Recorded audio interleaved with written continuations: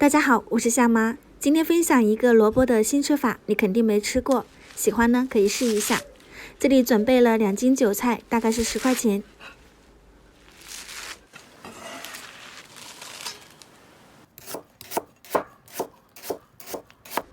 萝卜切成细丝，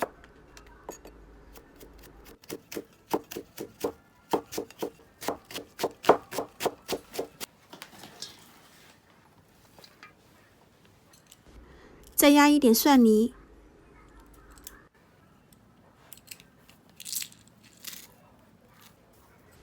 加入食用盐，这里再准备1碗米酒，半碗辣椒粉，给它抓拌均匀。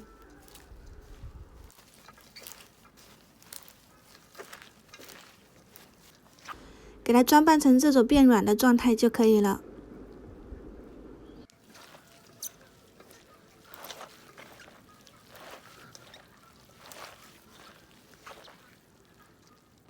装进密封盒里面。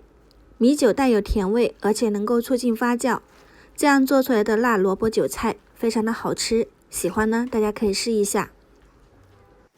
做好后放到冰箱冷藏储存，1个星期左右就可以了。